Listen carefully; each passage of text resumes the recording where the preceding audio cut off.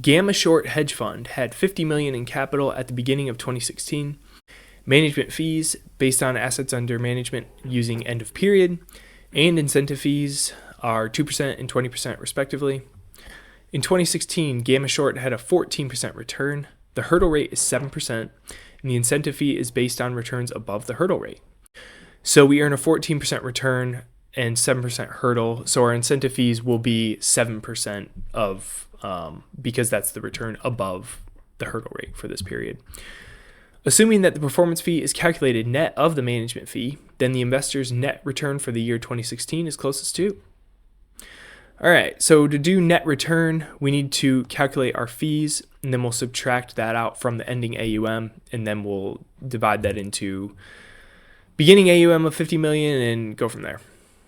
So first thing, management fee, this is going to be the most straightforward. We'll take that 14% return, apply that to the 50 million, and then apply our management fee of 2%.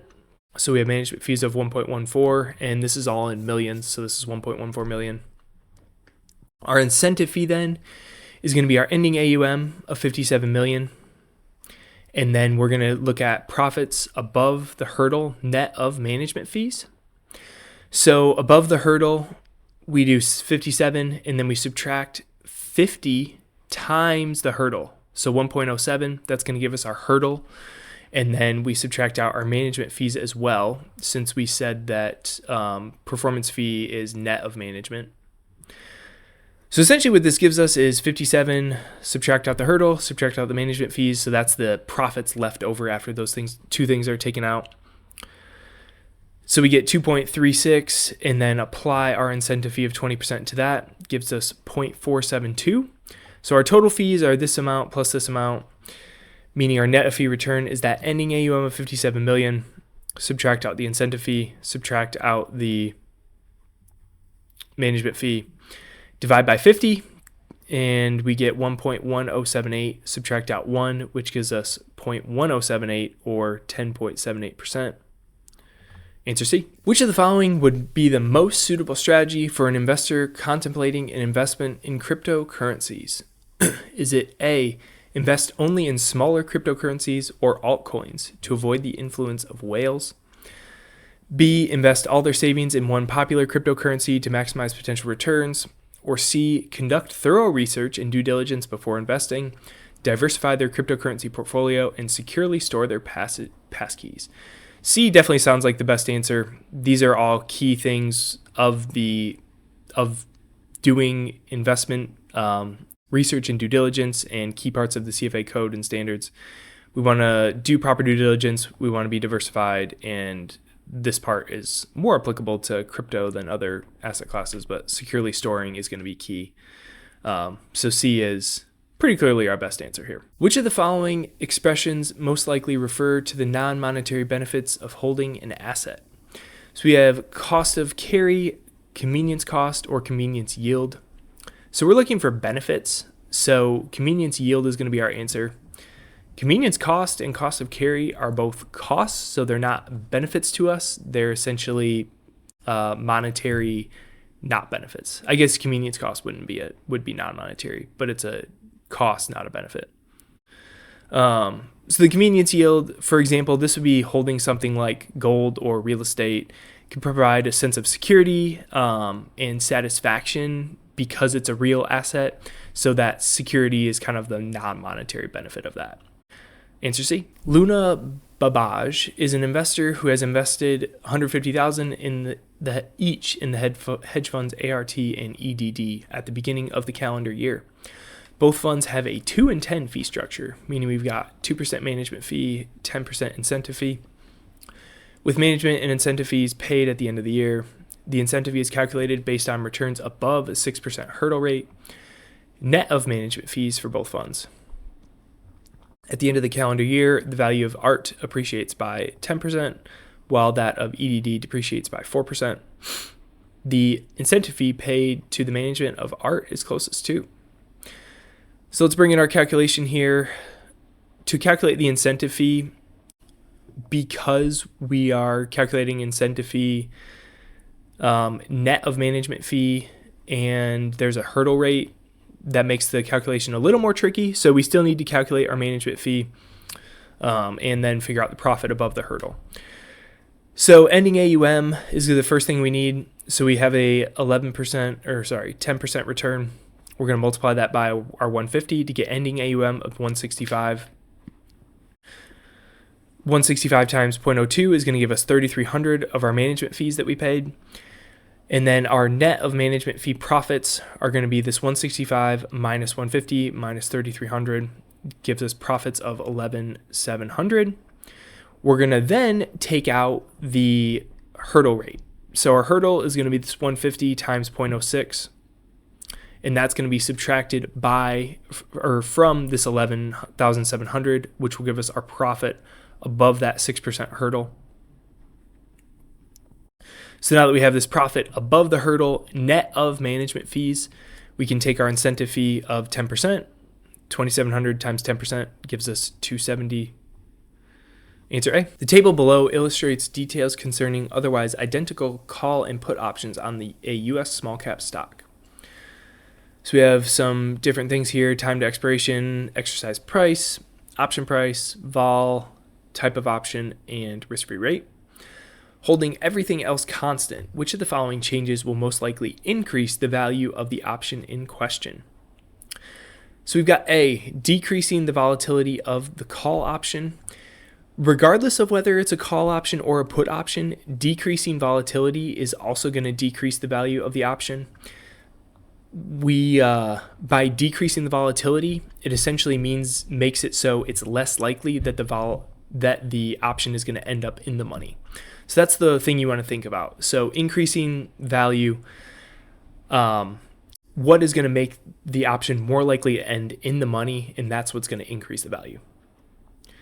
B, decreasing the exercise price of the put option.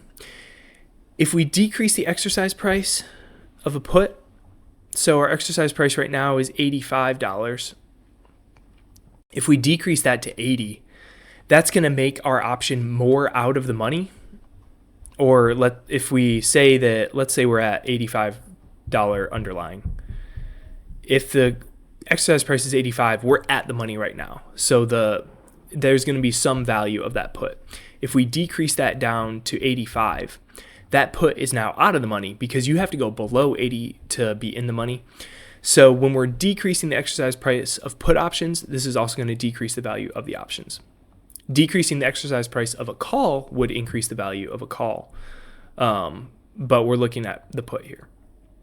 And then we have C, increasing the time to expiration of the put option. This is going to be correct and will increase the value.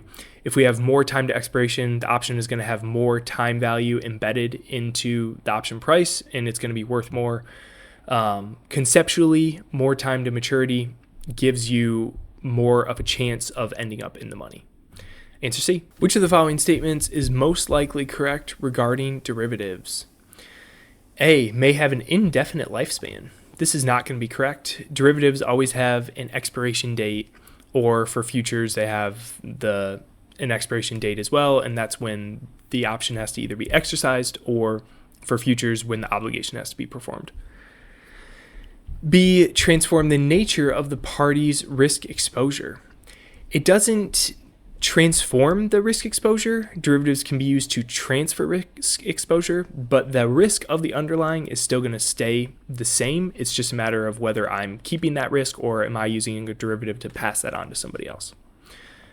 So we can rule out B as well. We should be going with answer C. Take their value and characteristics from the underlying. It's right there in the name. It's a derivative. It derives its value from the underlying.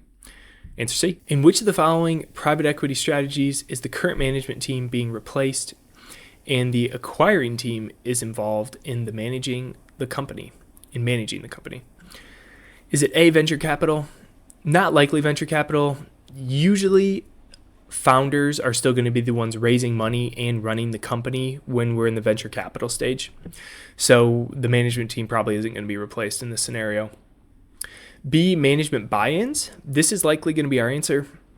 In a management buy-in, there's a group or a few individuals outside of the current team or company that are going to be raising capital and then buying the company, and then they'll also be the ones running it. So they're going to be replacing the current management with themselves. And C, management buyouts. We can rule this out because management buyouts are when the current management team buys out the current ownership. And if they're the ones buying out the current ownership, they're not going to be replacing themselves. They're going to be running the companies themselves after they complete the buyout. Answer B. Which of the following is least likely a characteristic of hedge funds?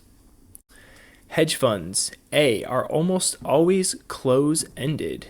And so, sorry, just to backtrack, we're looking at least likely a characteristic. So 2 of these will be characteristics and 1 will not. So hedge funds are not typically going to be closed-ended, so this is probably going to be our answer. The investors are generally going to be buying in at NAV, and so these are going to be open-ended. Close-end is when we're issuing a specific number of shares, and then that's trading, and you can potentially trade above or below NAV based on the premium or discount. But hedge funds, you're going to be buying in at NAV normally. B, impose restrictions on redemptions. That is a characteristic of hedge funds, so we can rule that out. There's normally going to be some gates or lockup periods that restrict your when or how much you can redeem from the fund. And C, are generally set up as private investment partnerships open to a limited number of investors willing and able to make a large initial investment. This is definitely a characteristic of hedge funds, so we can rule that out and confidently go with answer A. Which of the following is most likely true regarding a call option replication strategy only? Is it A, at contract inception, borrow at a risk-free rate and then utilize the proceeds to buy the underlying asset at a price at the option inception? This is a call option replication strategy, and we kind of can imply this by, in a call option, we're long, and then in this scenario, we're buying the underlying, so we're also long. And call options also have some embedded leverage because you're putting contracts on for 100 shares per contract. And in this case, we're borrowing at the risk-free rate, so we're utilizing some leverage here to kind of have similar exposure that we would for a call option. So it looks like A is going to be our answer. Let's look at B and C though. B, at contract inception, lend an amount equal to the option's exercise value at a risk-free rate and sell the underlying at a price at the option inception. This scenario, we're going to be short. So this would be the equivalent of a put option replication strategy, not a call option. So we can rule that out.